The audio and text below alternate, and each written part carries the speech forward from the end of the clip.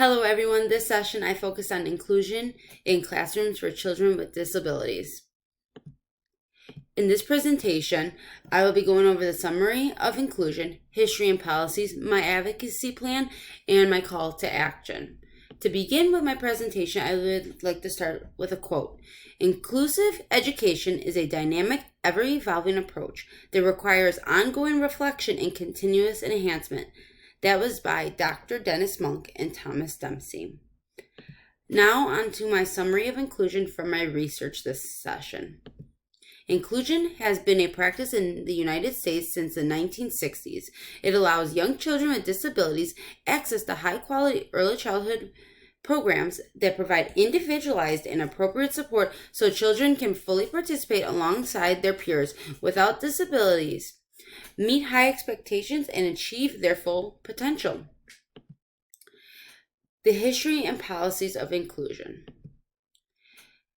Federal Education for All Handicapped Children Act was established in 1975. This required public schools to guarantee a free, appropriate public education for children with disabilities. Then in the 1980s, activists began to lobby for a broader civil rights status, which resulted in the American with Disabilities Act, also known as the ADA. This was passed in 1990 and ensured equal access and equal treatment for people with disabilities. The current version of ADA is called the Individual with Disabilities Education Improvement Act. This is an improvement from the 1990 policy. Also in 1990, the Education for All Handicapped Children Act went through reauthorizing and changed names to the Individual with Disabilities Education Act, known as IDEA.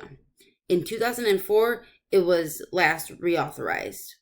In current day, all students are guaranteed an education that is accessible, free, appropriate, timely, non-discriminatory, meaningful, measurable, and provided in the least restrictive setting. IDEA, also known as the Individual with Disabilities Act, is a main policy of inclusion. This policy ensures public agencies and states provide early intervention, which is up to age 3 years old, special education and related services. It supports equal education opportunities for children who are eligible with disabilities from birth to 21 years old.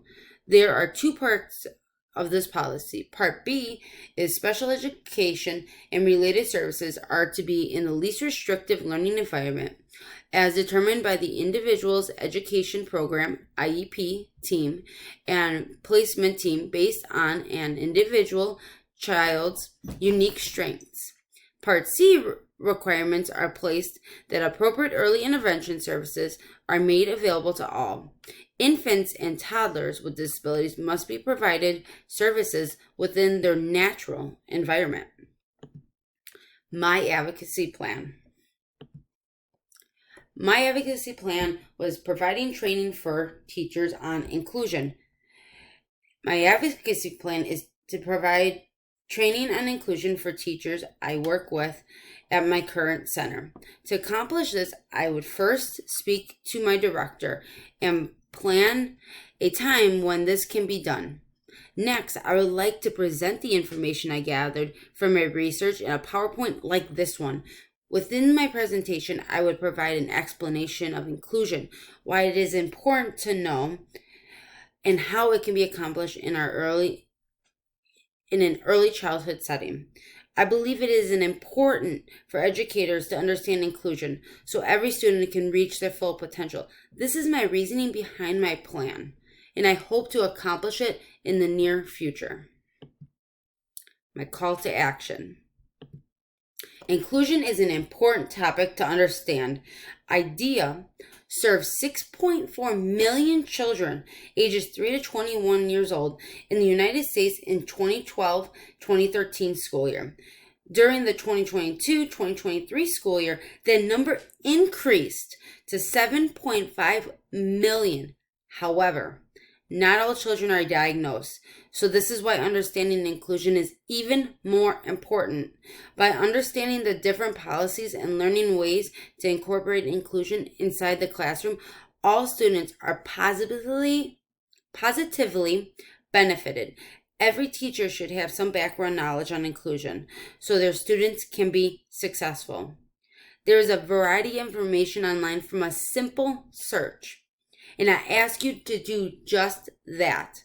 As an educator, it is our responsibility to form a solid foundation for our students' future learning and to support them at their current development. Understanding inclusion and ways we can support it helps teachers set up for just that. Thank you so much for listening to my presentation. These are my references that I used, and I hope you all have a fantastic rest of your summer.